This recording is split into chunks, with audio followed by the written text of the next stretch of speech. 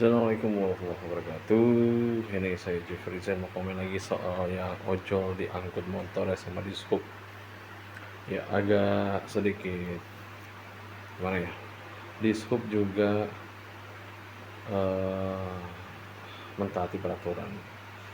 Tapi kalau dari lapangan seperti itu, ya sebaiknya eh, ada beberapa tingkatan yang memang kita harus iba melihat seseorang yang memang benar-benar jujur ketika dalam kesulitan ya kita bantu.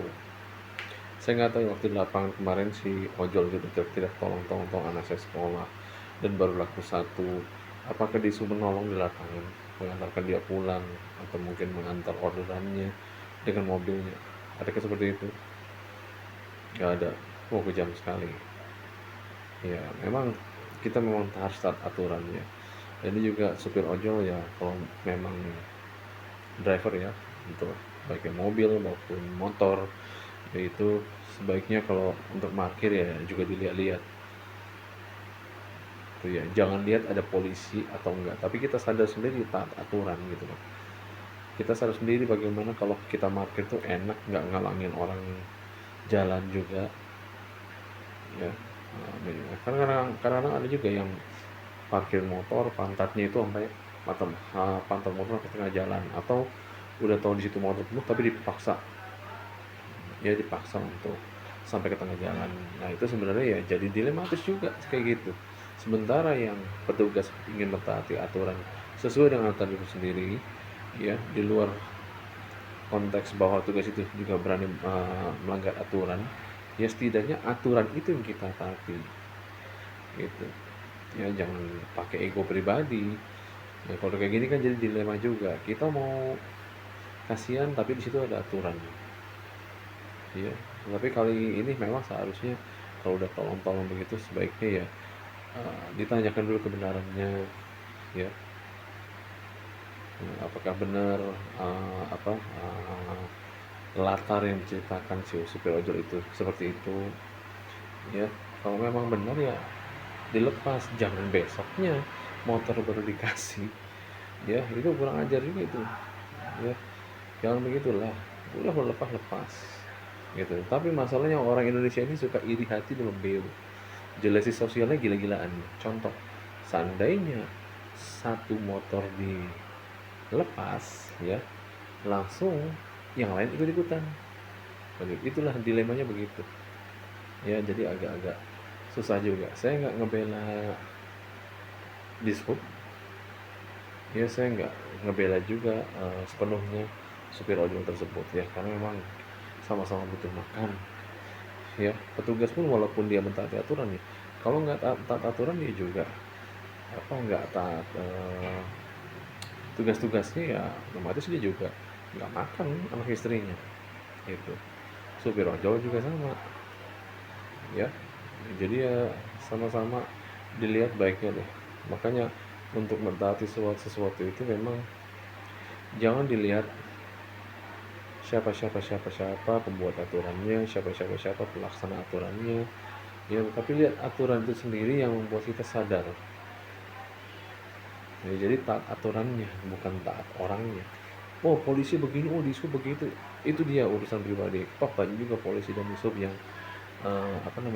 masih baik-baik aja gitu loh. Bahkan kerjasamanya bagus dengan beberapa rekan-rekan supir ojol.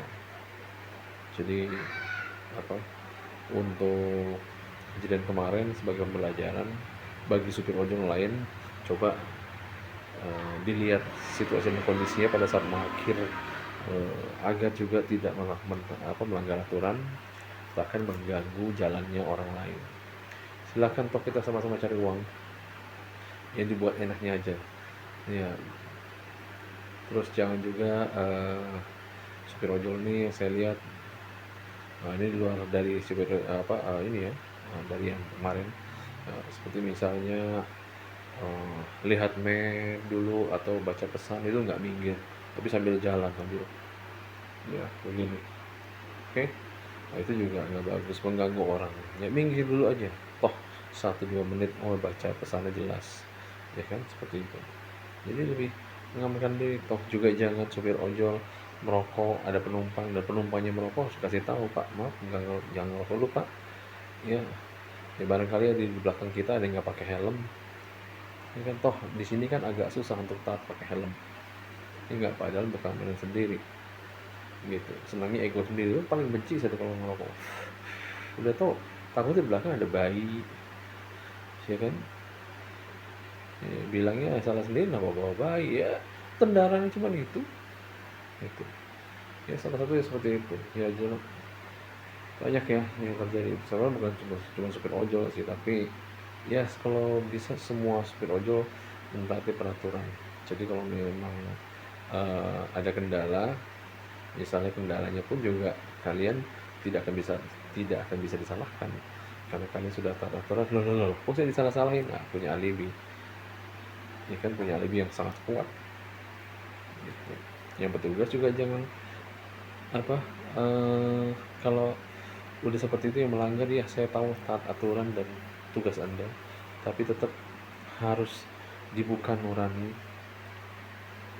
ya ketika kondisi terdesak seperti itu, latar belakangnya segera dicari solusinya ya seperti itu. Oke. Nah, jadi ya kita buat negeri ini sama-sama enak, sementara sistem yang sedang kita alami ini lagi nggak enak ya.